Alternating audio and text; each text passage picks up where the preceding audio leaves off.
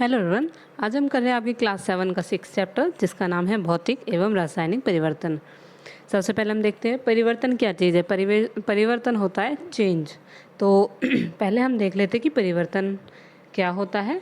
और पूरे लेसन को हम रीड नहीं करने वाले हैं, जो इम्पोर्टेंट चीज़ें हैं हम उन्हीं को रीड करेंगे, वरना काफ़ी लेंथी वीडियो हो जाने वाली है हमारी। दैनिक जीवन में हमें अपने आसपास बहुत से परिवर्तन दिखाई देते हैं। इन परिवर्तन में से एक या अधिक पदार्थ सम्मिलित होते हैं। उदाहरण के लिए आपकी माताजी आपसे शीतल पेय बनाने के लिए पानी में शक्कर घोलने के लिए कहते हैं। शक्कर का विलयन बनाना एक परिवर्तन। जैसे हम पानी में अगर आप शक्कर मिलाते हैं, कुछ मीठा चीनी वगैरह मिलाते हैं, तो ये एक परिवर्तन है, एक चेंज है। इसी प्रकार दूध का दही जमना भी एक परिवर्तन है। कभी दूध खट्टा हो जाता है, दूध का खट्टा होना भी एक परिवर्तन है। खिंचा हुआ रबड़ बैंड भी किसी परिवर्तन को प्रदर्शित करता है। देखिए, दूध का दही बन गया, वो भी एक चेंज हो गया, मतलब बदल जाना किसी वस्तु का, किसी चीज़ का बदल जाना। एक रबड़ आपने ली, वो खींची और फिर वो वापस अपने पहले जैसे उसमें आ गई, ये भी परिवर्तन है। तो अब हम इनको करते हैं डिफ्रेंशिएट कि कौन सा परिवर्तन को हम क्या नाम दे रहे हैं। आगे है हमारा इम्पोर्टेंट भौतिक परिवर्तन। क्या होते हैं भौतिक परिवर्तन? तो वो कह रहा है क्रियाकलाप। एक कागज़ को आप 4 टुकड़ों में बांटिए और फिर फर्श पे रख के उस कागज़ को जोड़ने की कोशिश करिए। क्या आप इन कागज़ के टुकड़ों को जोड़ पाते हैं या फिर नहीं? और अगर जोड़ पाते हैं या नहीं ये बताइए, और फिर बताइए कि ये कौन सा गुण है। क्रियाकलाप 6.2 ये कह रहा है कि आप जो बोर्ड के पास चौक का इकट्ठा हो जाता है ना पाउडर, वो लो, उसे लेना है और इकट्ठा करना है, उसमें थोड़ा पानी मिलाना है और सूखने के लिए रख देना है उस पेस्ट को बना के। तो क्या आपको चौक मिली, बन गई चौक या नहीं बनी? आगे आपका क्रियाकलाप है 6.3। कांच या प्लास्टिक के कटोरे में बर्फ़ लेनी है, वो पिघलने के लिए रख देनी है और फिर से हमें मिश्रण होगा, फिर देखना है क्या ठोस फिर से बर्फ़ बन गई, उसको वापस जमा के देखना है। तो ये कुछ प्रकार के परिवर्तन है, यानी कि कुछ चेंजेस है, कोई चीज़ चेंज हो जाती है। आगे हमारा यहाँ आ जाता है भौतिक गुण की परिभाषा। पदार्थ के आकार, आमाप, रंग और अवस्था जैसे गुण उसके भौतिक गुण कहलाते हैं। जो किसी चीज़ का आकार हो गया, रंग रूप जो भी है, उसको हम कहते हैं भौतिक गुण, जो हमें दिखते हैं, मतलब बाहरी गुण जो उसके होते हैं। वह परिवर्तन जिसमें किसी पदार्थ के भौतिक गुणों में परिवर्तन होता है भौतिक परिवर्तन कहलाता है। भौतिक परिवर्तन सामान्यतः उत्क्रमणीय होता है। ऐसे परिवर्तन में कोई भी नया पदार्थ नहीं बनता। उत्क्रमणीय कौन से क्या होता है कि जब कोई पदार्थ पहले जैसी अवस्था में वापस आ जाए, चेंज तो हो। जब कोई, जैसे कि आपने फ्रिज में से एक बर्फ़ निकाली, एक कटोरी में आपने बर्फ़ जमाई है, वो निकाली आपने, वो थोड़ी देर बाहर रख दी तो वो पानी बन गया, ये परिवर्तन हुआ, ठीक है, उसकी अवस्था में परिवर्तन हो गया। तो ये परिवर्तन तो हो गया और ये भौतिक परिवर्तन हुआ, ठीक है। और आप इसको फिर से फ्रिज में रख देंगे तो ये फिर से पहले जैसा हो गया, तो ये क्या हो गया भौतिक परिवर्तन। और ऐसे परिवर्तन को उत्क्रमणीय परिवर्तन बोलते हैं। जो वापस अपनी पहली अवस्था में हो जाते हैं उनको बोलते हैं उत्क्रमणीय। तो भौतिक परिवर्तन कैसे होते हैं? उत्क्रमणीय होते हैं और इनसे कोई नया पदार्थ नहीं बनता। जैसे आपने पानी निकाला, वो बर्फ़ पिघल गई, आपने वापस रख दी तो वो दोबारा जम गई, उसमें कोई परिवर्तन नहीं हुआ, कोई नई चीज़ नहीं बनी कि पहले पानी था फिर दूध बन गया, ठीक है। तो भौतिक परिवर्तन में कोई हमें नया पदार्थ नहीं मिलता। आगे हमारा 6.2 रासायनिक परिवर्तन। लोहे में जंग लगना एक ऐसा परिवर्तन है जिससे आप भलीभांति परिचित हैं। यदि आप लोहे के एक टुकड़े को कुछ दिन खुले में छोड़ दें तो इसमें भूरे रंग की एक परत जम जाती है। यह पदार्थ जंग कहलाता है। ये क्वेश्चन आ सकता है, जंग किसे कहते हैं, तो उसमें आ सकता है, तो आप इसको लिख सकते हैं उसमें। पार्क अथवा लॉन आदि की लोहे की वस्तुओं में रखी लोहे की बेंच और लोहे की लगभग कोई भी वस्तु हो जो खुले में रखी होती है, उसमें जंग लग जाती है। आपने देखा होगा कि घर में रखी कुल्हाड़ी, हथौड़ा आदि कुछ दिनों तक खुला में रहने से मतलब ये इसमें ये जंग लग जाता है, जंग ऐसे से जंग लग जाता है। तो आप इस परिवर्तन में विचार कीजिए कि ये कैसा परिवर्तन है। पहले वाला जो भौतिक था उसमें तो पहले जैसा पदार्थ जैसा अब पहले जैसा हो जाता था, लेकिन इसमें क्या हो रहा है? मैग्नीशियम की एक तार या फिर फीता लेना है और उसके सिरे को रेगमाल से साफ़ करना है और उसके एक सिरे को मोमबत्ती की लौ के पास लाइए, यह चमकदार श्वेत रंग का प्रकाश देती हुई दिखाई देगी। इसको मतलब आपको साफ़ करके जलाना है। जब आप जलाएंगे तो ऐसे सफ़ेद रंग का प्रकाश ये देती हुई दिखेगी और जलने के बाद ये श्वेत भस्म रह जाएगी, यानी कि राख रह जाएगी सफ़ेद रंग की। तो क्या भस्म मैग्नीशियम के फीते जैसी लगती है? अब जो राख रह गई, क्या वो फीते के कलर की है जैसा फीते का कलर था? इस परिवर्तन को निम्नलिखित समीकरण द्वारा किया जा सकता है। अगर आपको ये परिवर्तन समीकरण से के थ्रू बताना है तो आप ऐसे बता सकते हैं। मैग्नीशियम ये था हमारा, मैग्नीशियम मतलब Mg लिखा हुआ है, ऑक्सीजन को हम बोलते हैं O2। तो मैग्नीशियम और O2 जब हमने प्लस करे हैं तो क्या निकला है हमारा? Magnesium oxide. Mg आ गया और इसका O आ गया, MgO, यानी कि मैग्नीशियम ऑक्साइड बना। जब ये दोनों मिले तो क्या बना? Magnesium oxide.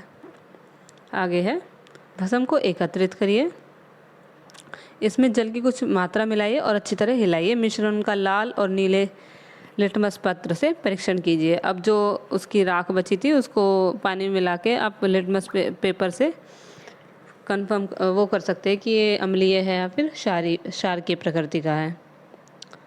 जैसा कि आपने अध्याय 5 में पढ़ा था, मैग्नीशियम हाइड्रोक्साइड एक क्षारक है। मैग्नीशियम ऑक्साइड एक नया पदार्थ है जो मैग्नीशियम के जलने पर बनता है, यानी कि जब पहले मैग्नीशियम था और जलने के बाद क्या बन गया? Magnesium oxide.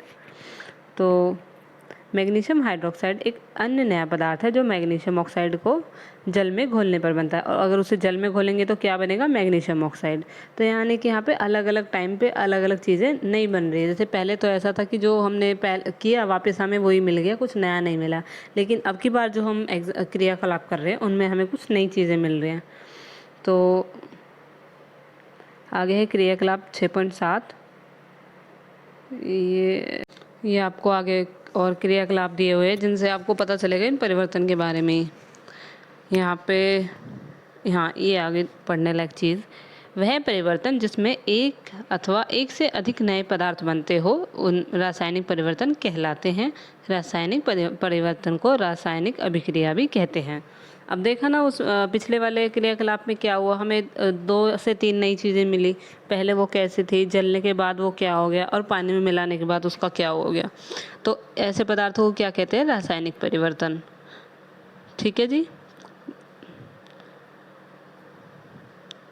हमने देखा कि रासायनिक परिवर्तन में एक या एक से अधिक नए पदार्थ निर्मित होते हैं। नए उत्पादकों के अतिरिक्त रासायनिक परिवर्तन में निम्न घटनाएं भी होती है, यानी कि नया पदार्थ बनने के साथ साथ और क्या चेंजेस होते हैं उसमें? ऊष्मा, प्रकाश तथा किसी अन्य प्रकार के विकिरण का निर्मुक्त अथवा अवशोषित होना, मतलब अलग तरह की वो निकलना, ऊष्मा। ठीक है। आगे है ध्वनि का उत्पन्न होना।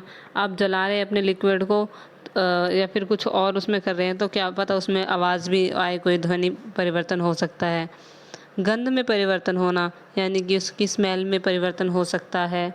रंग में परिवर्तन हो सकता है। किसी गैस का बनना, यानी कि उनके वो पूरे हमारी क्रियाकलाप में एक्टिविटी में कोई अन्य प्रकार की गैस नहीं बन सकती है।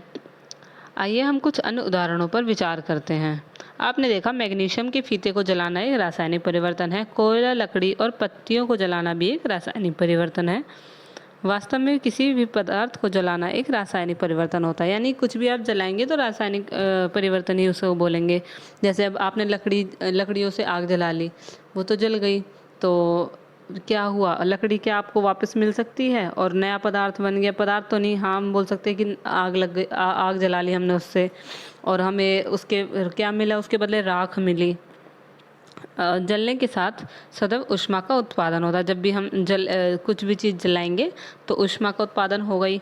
पटाखों का विस्फोट एक अन्य रासायनिक परिवर्तन है। पटाखों का विस्फोट हो गया। आप जानते हैं ऐसे विस्फोटक से ऊष्मा, प्रकाश और ध्वनि और अरुचिकर गैसें उत्पन्न होती है जो वायुमंडल को प्रदूषित करती हैं। इसलिए आपको पटाखे ना जलाने की सलाह दी जाती है। तो हमें क्यों बोलते हैं कि पटाखे नहीं जलाने चाहिए? क्योंकि उसमें अन्य अन्य प्रकार की गैसें उत्पन्न होती है जो कि हानिकारक होती है। जब भोजन सामग्री बासी हो जाती है अथवा गड़ चल जाती है तो उसमें से भी बदबू आने लगती है। क्या हम इस परिवर्तन को रासायनिक परिवर्तन कह सकते हैं? कह सकते हैं, बिल्कुल। आगे है आपका लोहे में जंग लगना। आइए हम जंग लगने की घटना पर विचार करते हैं। यह एक ऐसा परिवर्तन है जो लोहे की वस्तु को प्रभावित करता है और धीरे धीरे उन्हें नष्ट कर देता है। जब आपकी कोई लोहे की चीज़ उसमें जंग लग गई, आप उसकी केयर नहीं कर रहे, तो वो तो फिर ख़राब ही हो जाएगी। जहाज, कार, ट्रक आदि का ढांचा बनाने के लिए और वस्तु बनाने के लिए लोहे का प्रयोग होता है। अतः जंग लगने के कारण होने वाली आर्थिक हानि बहुत अधिक होती है। जंग लगने की प्रक्रिया को समीकरण द्वारा दर्शाया जा सकता है। लोहा प्लस ऑक्सीजन प्लस जल क्या देता है हमें? जंग। जंग कैसे बनता है? जब हमारे पास लोहा होता है वो उसमें क्या मिलती है हमें? ऑक्सीजन और क्या मिलती है? जल। अब आप बोलेंगे कोई जानबूझ के तो अपने लोहे पे ये जल वायु ऐसे करके तो कोई डाल नहीं सकता। तो क्या होता है, जो लोहा है वो तो है ही, लेकिन कई बार पानी भी इधर उधर से डल जाता है, बारिश हो जाती है। बारिश होने के बाद जो हमारी हवा होती है, हवा में क्या हो जाती है? नमी आ जाती है। और नमी आने की थोड़ा बहुत उसमें पानी की मात्रा तो होती है, तो बारिश के बाद ज़्यादातर जंग लगता है। तो इससे हमारा लोहे की जो चीज़ होती है वो ख़राब हो जाती है। लोहा को बोलेंगे Fe, ऑक्सीजन यानी कि O2 और जल यानी कि H2O। ये मिल के बनाएंगी जंग। और बोले तो आयरन ऑक्साइड Fe2O3। ठीक है जी। जंग लगने के लिए ऑक्सीजन और जल की उपस्थिति होना अनिवार्य है, यानी कि जंग लगने के लिए ऑक्सीजन और जल बहुत ज़रूरी है। अगर आपकी कोई लोहे की चीज़ है, वो आपने किसी अंदर कमरे में छत के नीचे कहीं रख रखी है जहाँ पानी कहीं से भी नहीं आ सकता, तो उसमें जंग नहीं लगेगा, क्योंकि जंग लगने के लिए क्या चीज़ें अनिवार्य है? ऑक्सीजन और जल। ठीक है जी। वास्तव में यदि वायु में आर्द्रता की मात्रा अधिक हो, अर्थात नमी अधिक हो, तो जंग जल्दी लग जाता है। जैसे अगर उसमें जैसे वहाँ की वायु में नमी अधिक हो, तो वायु में नमी अधिक होगी तो नमी यानी कि उसमें जल की मात्रा होगी, तो वैसे भी आपका जंग लग जाएगा। हम जंग लगने से रोकथाम कैसे कर सकते हैं?